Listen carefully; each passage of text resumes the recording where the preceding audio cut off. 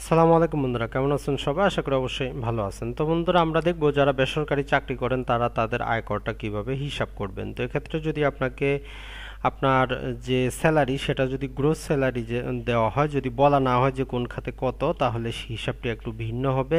অ্যাভারেজে সেটা thumb rule হিসাবে আপনার মূল বেতন 60% এবং 30% বাড়ি ভাড়া ধরে নেওয়া হয়, বাকি 6% আপনার যাতায়াত, 4% চিকিৎসা ধরে নেওয়া হয়। যাই হোক, মাসিক মূল বেতন এখানে যেহেতু পৃথক করে দেওয়া আছে, মাসিক মূল বেতন হচ্ছে 19,300 টাকা।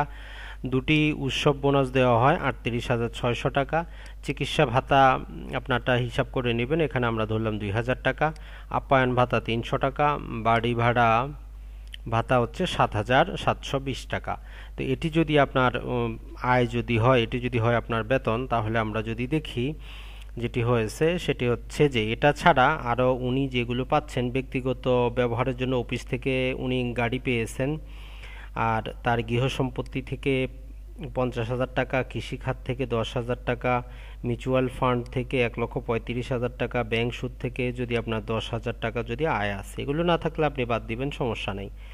এখন যেটি বলা হচ্ছে লাভ্যাংশ এবং ব্যাংক সুদের উপর থেকে 10% আয়কর কর্তন করা হয়েছে, এবং 30/6/2020 তারিখে নিট সম্পত্তির পরিমাণ যেটি আমরা দেখতেছি 3,30,00,000 টাকা।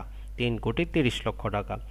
তিনি 40,000 টাকা 3 বছর মেয়াদি সঞ্চয়পত্র ক্রয় করেছেন, জীবন বীমার প্রিমিয়াম বাবদ 500 টাকা দিয়েছেন। তো এটি হচ্ছে একটি অবস্থা, আপনার ক্ষেত্রে যেটি প্রযোজ্য হয় সেটি, বাকিটি বাদ দিবেন। তো সর্বপ্রথমে আমরা দেখি ওনার বেতন খাতের আয়টা। ওনার মূল বেতনকে আমরা 12 দিয়ে গুণ করলে পাচ্ছি যে 2,31,600 টাকা। দুটো উৎসব বোনাস যদি আমরা হিসাব করি 38,600 টাকা। এখন যেটি সেটি হচ্ছে চিকিৎসা ভাতা। এই চিকিৎসা ভাতা ওনাকে দেওয়া হচ্ছে 24,000 টাকা। এখন যেটি হয়, আমরা যেটি হিসাব করি সেটি হচ্ছে যে চিকিৎসা ভাতার ক্ষেত্রে মূল বেতনের 10%, এই যে মূল বেতন আছে এর 10% আমরা কর্তন করি। তো মূল বেতনের যদি আমরা 10% কর্তন করি, সেক্ষেত্রে আমরা পাই 23,160 টাকা। তার মানে যেটি হয়েছে, ওনার এখানে 24,000 টাকা চিকিৎসা ভাতা পেয়েছেন, কিন্তু মুক্ত সীমা হচ্ছে 23,160 টাকা। আর যেটি সেটি হচ্ছে অথবা বার্ষিক 1,20,000 টাকা, দুটো নিয়ম, হয় বার্ষিক 1,20,000 টাকা হবে অথবা মূল বেতনের 10%। তো আমরা যেটি কম যেহেতু বলা হচ্ছে, তো মূল বেতনে নিলে আমরা 23,160 টাকা, আর পাচ্ছি বার্ষিক 1,20,000 টাকা। তার মানে আমরা যেটি বলতে পারি সেটি হচ্ছে যে এখানে আমরা মাইনাস করে পেলাম 840 টাকা। তো তাহলে আমরা ধরে নেই 1,20,000 টাকার যেহেতু মোটামুটি কম আছে, জাস্ট ওনার 2,000 টাকা করে পাচ্ছেন, তো এটাকে আমরা করমুক্ত সীমার বাইরেই রাখতে পারি। এটা ছাড়া আপ্যায়ন ভাতা ওনার 3,600 টাকা। এখন আসি বাড়ি ভাড়ার ক্ষেত্রে, 92,640 টাকা। বাড়ি ভাড়া থেকে আমরা করমুক্ত ভাতাটা বাদ দিব।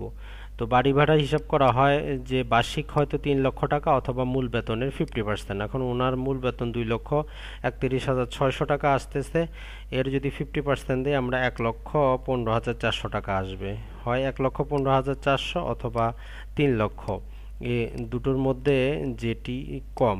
তো আমরা দেখতেছি দুটোর মধ্যে যেটি কম হচ্ছে সেটি হচ্ছে যে এটি 1,15,800 টাকা। এটি হচ্ছে ওনার করমুক্ত ভাতা। তো যাই হোক, এটা তাহলে আসবে না। তারপরে প্রাপ্ত বাড়ি ভাতা করমুক্ত সীমার অতিরিক্ত না হওয়ায় এ খাতে কোনোরূপ নিরূপিত আয় হবে না, শূন্য। অর্থাৎ উনি যে বাড়ি ভাড়াটা পেয়েছেন সেটা বাইরে থাকলো। এখন আসি আমরা যাতায়াত ভাড়ার সুবিধা।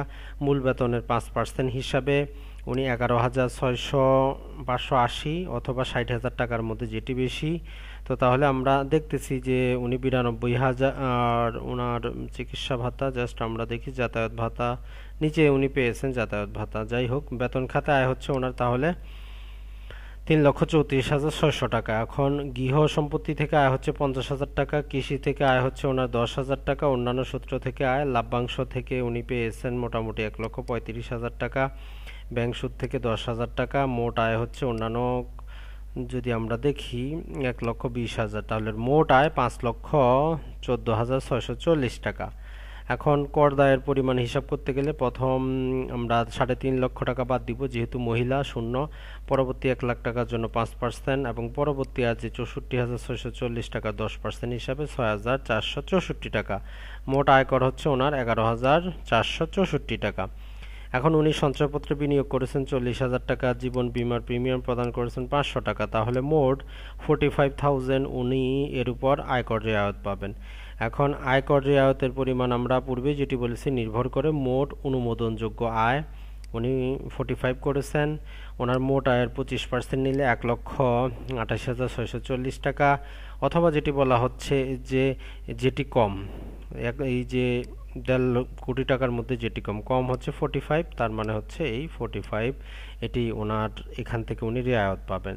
রেয়ায়ত কত পাবেন, যেহেতু মোট সম্পত্তি ওনার রেয়ায়তের পরিমাণ 15% ধরা হয়েছে, তো এখানে আমরা পাচ্ছি যেটি সেটি হচ্ছে 6,750 টাকা। তাহলে ওনার মোট কর ছিল 11,464, রেয়ায়ত পেলেও 6,750, তাহলে মাত্র 4,714 টাকা উনি আয়কর দিবেন। আর যেহেতু সারচার্জ ওনাকে দিতে হবে করদাতার নিজ সম্পদের পরিমাণ যেহেতু 3 কোটি টাকার অধিক হওয়ার জন্য ওনারকে আয়করে 10% সারচার্জ প্রযোজ্য হবে। সারচার্জের পরিমাণ দাঁড়ায় 4,714 টাকা, আর 10% 471 টাকা। তবে ন্যূনতম সারচার্জের পরিমাণ দেওয়া আছে আবার 3,000 টাকা, এটি মনে রাখতে হবে 3,000 টাকা। তাহলে ওনাকে যেটি করতে হবে সেটি হচ্ছে 4,000 টাকা হচ্ছে 4,714 টাকা ওনার কর এবং 3,000 টাকা ন্যূনতম ওনার সারচার্জ, টোটাল ওনাকে 7,714 টাকা দিতে হবে। এখন আসি আমরা উৎস যে করগুলো ব্যাংক সুদ এবং লাভ্যাংশ থেকে কেটে নেওয়া হয়েছে। তো ব্যাংক সুদের 10,000 টাকা 10%, 1,000 টাকা কেটে নেওয়া হয়েছে এবং 1,35,010 টাকার 10%, এটা সরকার অগ্রিমই কেটে নিয়েছে। মোটামুটি আমরা 14,500 টাকা সরকার অগ্রিম কেটে নিয়েছে। তো তাহলে মিস অরণ্য আহমের যে ফেরতযোগ্য কর হচ্ছে 6,786 টাকা। এই টাকা উনি প্রত্যর্পণ পাবেন, ফিরে পাবেন সরকারের কাছ থেকে, অথবা আগামী বছর উনি এটা অ্যাডজাস্ট করে নিতে পারবেন। তার মানে আয়করের হিসাবগুলো খুবই অনেক কিছু মনে রাখতে হয় আপনাদেরকে, যে সারচার্জের পরিমাণটা নির্ভর করতেছে মোট সম্পদের উপর, কতটুকু পাবেন সেটা আবার নির্ভর করে যত আয়কর আসতেছে তার উপর।